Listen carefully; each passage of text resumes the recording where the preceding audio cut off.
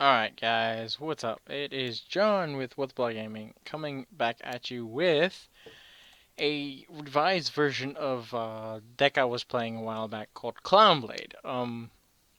If you guys don't know, Clownblade was kind of a slower version of Pepe. The reason I say that is because it utilized the Pepper Mages really well. And of course, now that Pepper Mage Damage Juggler is gone, this particular deck took a heavy hit, like a really heavy hit. But anyways, I'll get into it and then I'll kind of explain to you what exactly the deck is designed to do and stuff like that. So to start off, we have the one heroic challenger Assault Halberd. We were playing it at 3, dropping it down to 1. Its effect is pretty good. If your opponent controls a monster and you control no monsters, you can special summon it from your hand. If it attacks the defense position monster, it inflicts piercing damage, and when it inflicts battle damage, you can add one heroic card from your deck to your hand. That would be Thousand Blades over here. You can play this at 1, 2, or 3.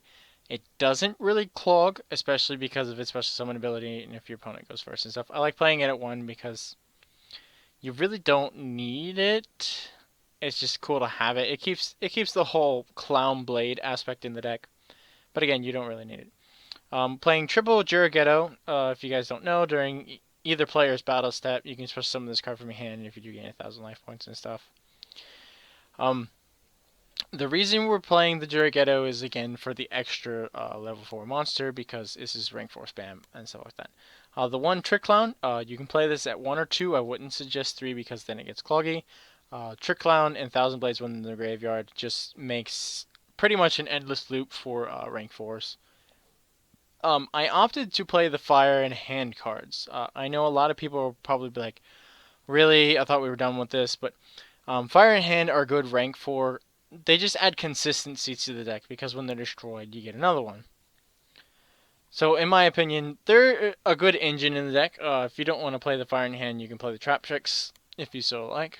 It's up to you. Um, the 3 Gigabytes. Gigabyte can be special summoned if you control a Spellcaster type monster. The Pepper Mage monsters and your Summoner Monks are spellcasters. And you can search out the Gigabytes with your King of the Feral Imps. Adds for more rank 4 spam. Mage Hat Tricker. If there's 2 monsters on the field, doesn't matter if your opponent controls them, if you control them, whatever, you can special summon this. Allows for easy access to a Spellcaster type monster and allows you to play your Gigabytes and stuff. And rounding off the monsters, we're playing 2 Summoner Monks because Summoner Monks opens up really good just plays and stuff like that. Double Instant Fusion because we're only playing the one Norden. We could probably actually play Thousand Eyes Restrict now it's off the ban list. The one Raigeki for field cleaning. The one Reinforcements, it'll add the Heroic Challenger. You don't need this if you don't want to, it just adds a little more consistency. The one Upstart Goblin because we want to play a 39 card deck. Why not? The Foolish Burial will dump either your Thousand Blades or your Trick Clown into the graveyard if you need it like that. The Book of Moon just because it's a good card. Double Twin Twisters because Twin Twisters is really good, especially being able to pitch whatever you need into the graveyard. Mainly these guys. um, Time Space Trap Hole because it's a great card. Being able to pay 3,000 life points and making sure your opponent doesn't pendulum summon shit onto the field is really good. Double Storming Mirror Force because sending cards back to your opponent's hand, which is really fun and it just pisses them off. One Bottomless Trap Hole because it's that one.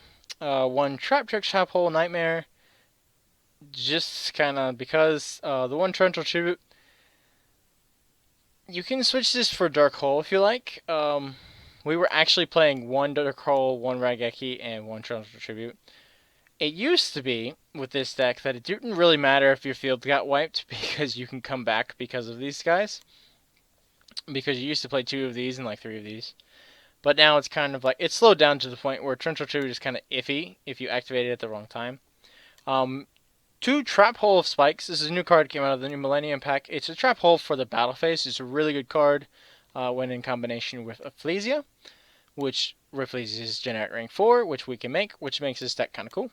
The one Vanity's Emptiness just to stop your opponent from special summoning because you can. And then the one Solemn Warning because I don't actually own Solemn Strikes and I don't like doing deck profiles with cards that... deck profiles with cards that I don't actually have. Not to say that I haven't owned Solemn Strikes, it's just usually when I come across a card that's going for $40 to $60 unlimited and like 60 to 80 first edition, I usually sell them. I don't hold on to stuff like that usually. That being said, for the extra deck, we're playing the one Elder Entity Norden because it's still a must in rank 4 spam decks. The one Dark Rebellion Xyz Dragon just to make a big boss monster. The one Performa Mage Trapeze Magician because we do have the spellcasters to make it. Two King of the Feral Imps to search out the Gigabytes. The one 101 to steal my opponent's monster. The one 106 Giant Hand, thank God for the reprint, just to kind of negate your opponent's monster effects and stuff like that. Number 82 Heartland Draco for the direct damage.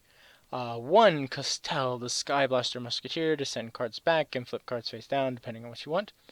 One Steel Swarm Roach because he's still a pretty good card. Yeah,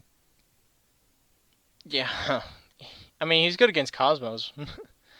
One Abyss Dweller for like the Burning Abyss and stuff like that.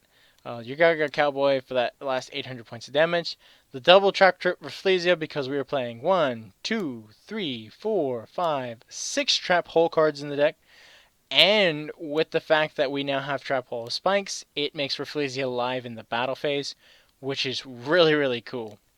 So, yeah. And then the 152 Diamond Crab King for the 3000 beater.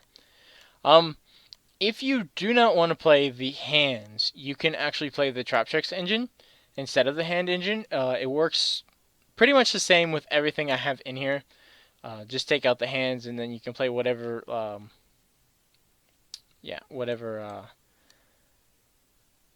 like however many of whatever you want to play. I mean, you can play the double Nephthys, triple Morbillo, double Dionea, whatever you want to do. However you want to play it, it's up to you. It's player preference at that point. You can also play the Brilliant Fusion engine in this deck because it allows for extra normal summons and stuff. I didn't like it. I think it clogs too much and it doesn't flow as well in the deck with playing just floater cards. So in my opinion, I didn't like it. The deck does not have nearly as much consistency without the damage juggler, unfortunately. But the deck is still really, really fun to play. This is in nowhere by means competitive anymore. If we still had Damage Juggler, yes, Clownblade did top several events. It was a pretty good deck. But, yeah. And then if you have Solemn Strikes, you're more than welcome to take out cards and put in Solemn Strikes and stuff. It's really, it's player creativity at this point. This is the way I'm playing it currently. It does pretty well. It gets absolutely crushed by decks that just, like Monarchs and stuff like that, unfortunately, because you just... the consistency of like different decks and just all the hand advantage and stuff, it kind of wrecks it. But everyone asks for a more updated version of this deck. I didn't want to build it in real life because I had actually taken it apart and like the cards just scattered all over the place. So I do apologize for that. I do apologize that this video is very, very late on coming. I probably won't actually get posted for another week or so. But thank you guys so much for watching. Feel free to leave some comments down below. Tell me what you think of the deck. Tell me any changes you might suggest.